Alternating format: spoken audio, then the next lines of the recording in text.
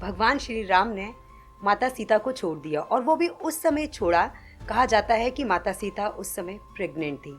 तो ये कैसा धर्म है? ऐसी कोई घटना इतिहास में घटित ही नहीं हुई।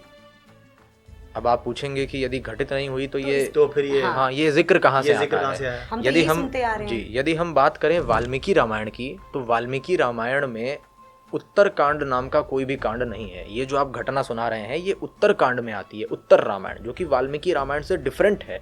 यदि आप प्राचीन रामायण के संस्करणों को देखेंगे, जैसे बंगाल से एक हमें पांडुलिपि प्राप्त होती है बंग संस्करण नाम से, उसमें युद्ध कांड के अंत में ही इति रामायण करके लिखा हुआ मिलता है। युद्ध कांड में रामायण समाप्त हो जाती है फलश्रुति के साथ में।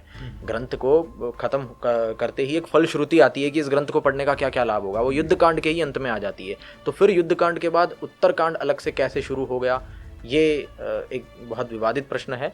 इसलिए मेरा मानना है, और न केवल मेरा बल्कि एकेडमिक्स में भी स्कॉलर्स का भी यही मानना है कि जो उत्तरकांड है वो इंटरपोल्यूशन है, मतलब बाद में जोड़ा गया है। मूल रामायण में उत्तरकांड नहीं था। मूल रामायण वहीं खत्म हो जाती है जहाँ पर युद्ध कांड समाप्त होता है और लिखा हुआ आ जाता है कि इसके बाद श्री राम तथा माता सीता ने अनेक वर्षों तक राज्य किया। हैप्पी एंडिंग हो जाती है। ये जो धोबी वाली घटना है ये एक्चुअल रामायण में नहीं है। तो ये हुई थी या नहीं हुई थी? मतलब ये नहीं हुई थी, रामायण में इसका वर्णन नहीं है।